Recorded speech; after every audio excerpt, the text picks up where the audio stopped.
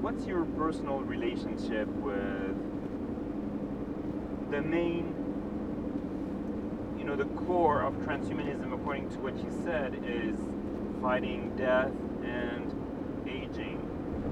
Do you have a personal stake at that? I mean, is it something, when talking in personal matter, is something that really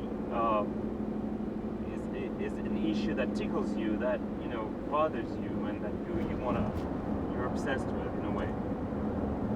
Well, I used to work a lot with the National Geographic Channel as a video journalist, and I'd been covering a number of war zones. And I had this incident when I was in Vietnam where I almost stepped on a landmine, and that landmine incident, after a couple of years of covering war zones, really did something inside my head. I call it a kind of a philosophical nuclear bomb. After almost dying, I decided it was time to really dedicate my life to overcoming death, to stopping death. I'd always wanted to stop death. I'd always been a transhumanist, but I hadn't been an activist. And there's a big difference between believing in the science and the technology and spending your time promoting the science and the technology. And so I, after that incident in Vietnam, came back to the United States and began writing my novel, The Transhumanist Wager, and began publicly advocating for transhumanism in a very kind of out loud and activist type of way. And that's why I'm going to a speech right now. That's why I declared myself, to run for the presidency. That's why I do everything I can. It's really about conquering death, because I've had an emotional experience that told me that the last thing I ever want to do, because I love life so much, is die. So I want to overthrow death. And transhumanism is the very best means to do it if you're an atheist like me and you don't believe that there's an afterlife. Using science and technology to overcome biological mortality makes perfect sense. And how do the community of doctors respond to that quest? I'm married the medical community, sorry. I'm married to a doctor, so I ask this question all the time about how do medical people, really experts in the field, react to transhumanists who are very vocal about trying to use science and technology to overcome death. And many doctors, many medical professionals are much more skeptical than transhumanists. Transhumanists are known for being optimists, known for their techno-optimism, believing in a future of science and technology, whereas medical people know the ins and outs.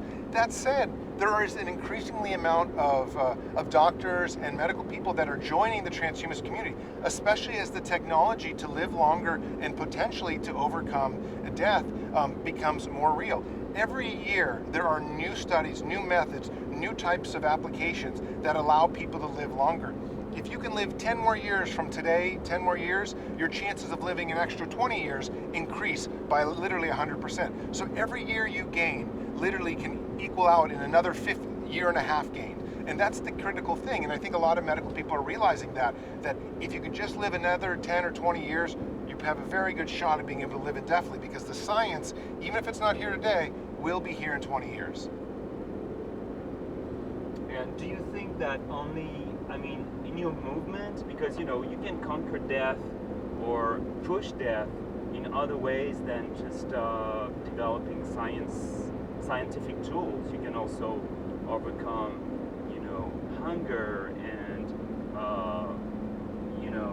do what it needs to do to make peace in the world and to avoid wars and stuff like that. I mean, this might be maybe the more obvious actions to take right now to conquer, to push death, and to act. So do you have any?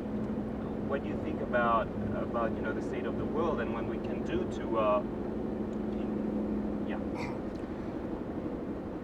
A lot of people complain that because transhumanists want to live indefinitely, that either the world's going to become more overpopulated, or that we have more challenging concerns right now, like wars and hunger and stuff like that. And it's true, we do have those challenging concerns, and that is a way to stop death, is by making more resources available to poverty-stricken people, and also by making the world just simply a more humanitarian, a better place.